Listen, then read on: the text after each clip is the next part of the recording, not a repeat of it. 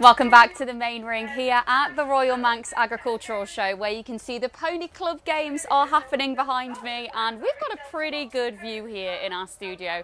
As you can see, we've also taken the walls down in here because the sun is shining, so we thought we'd take the risk.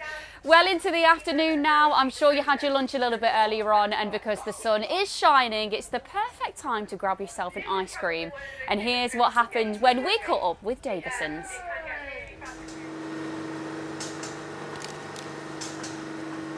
For us, it's an event that we've always liked to support and always liked to go along to. We are a big part, well, we'd like to think we're a big part of the Manx farming community, having used cream and milk from the Isle of Man since we started.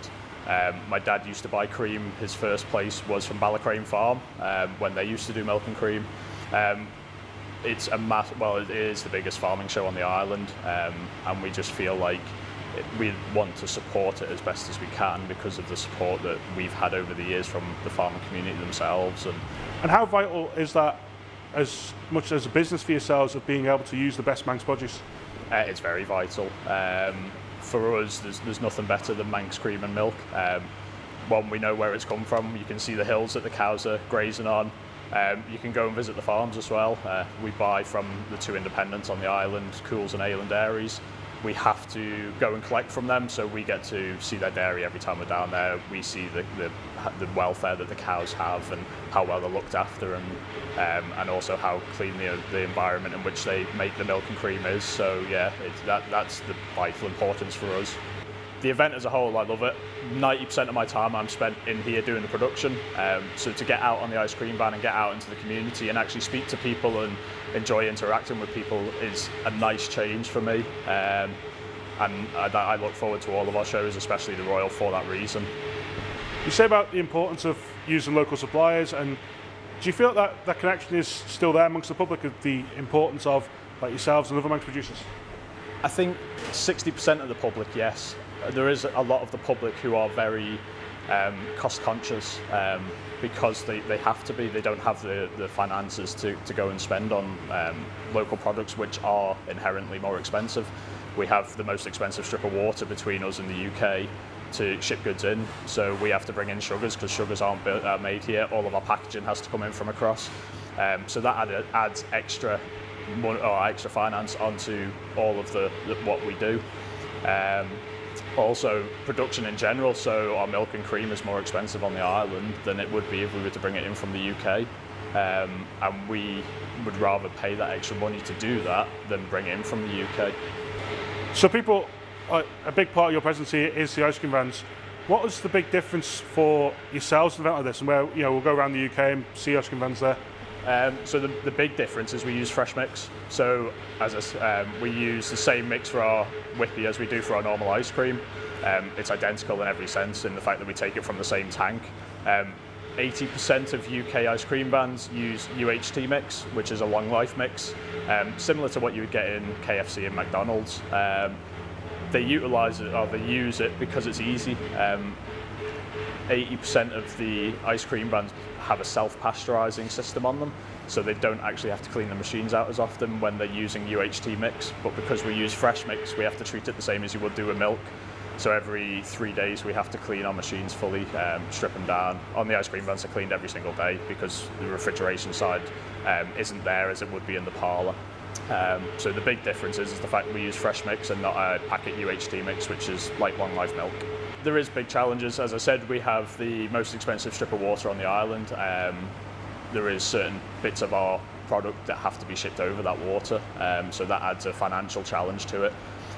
Constant supply. The problem with cream, because we're using fresh cream and milk, is that during the summer months there is a drop in fat within the milk, and because we need the fat to make cream, we do have dips in the cream dips in the amount of cream that we can get throughout the summer, which is obviously our busiest time. We combat these by freezing cream throughout the year so that we always have a constant supply there ready for us, but it is a challenge that we faced over the years, and we've learned to basically get on with it by doing that. The other challenge is dealing with other companies on the island. There is a lot of them that will try and put you down. We end up with constant battles with different bits and pieces, which does make it a challenge. We try not to big ourselves up in any way, even though we are the largest ice cream producer on the island. But we always seem to become a target, I think, because of it. So that is a challenge for us, and we battle that weekly with different bits and pieces that always crop up on social media and stuff like that. So everyone has their favourite flavours, but you also do the occasional special ones. Like earlier this year you did one with the brewery, which was sort of like a rare sort of opportunity one. But what inspires going into sort of making them special flavours? It tends to be really recommendations from people. We've done that many flavours over the years that we are at a point now, I think we've done 250 flavours over the years, where we are running out of ideas. My biggest challenge at the minute is doing the specials. On the normal everyday production side of stuff, I am flat out throughout the summer, and because I am the only person that produces ice cream within our company, in order to produce a special takes 2 hours out of my day. So I have to try and factor that in where I can to my production schedule. Each week we're producing between 10 and 15,000 litres, which takes a lot of time. 1,000 litres, you're looking at like 4 to 5 hours production. So I have to try and factor that in where I can, which is the reason why we don't do a lot of specials. But when we do, I try and do as many as I can in one day. So we have got a few specials coming out. Our last one was the Oakles Brewery one, which was Oakles that came to us and said, it's our 175th anniversary, would you do us one? And I said, yeah, no worries. That was a challenge in itself, because you can't just add beer to ice cream because there's a water content in it, and it then changes the recipe. So I had to change my recipe to factor in the water content within the beer to make sure that when it produced it came out as ice cream, as opposed to like a sorbet or an ice cream that was very crystallized.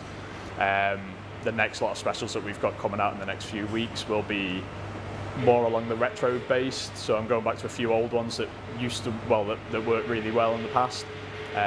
So you might see a few favourites coming out just in the summer holiday time. So, and is there any down the year sort of specials that have been like real favourites of yours? Apple pie. Apple pie is my all-time favourite. I love apple pie anyway, but the ice cream is lovely. The flavouring that we use is one of the best that you can buy on the market, and it really complements our base mix.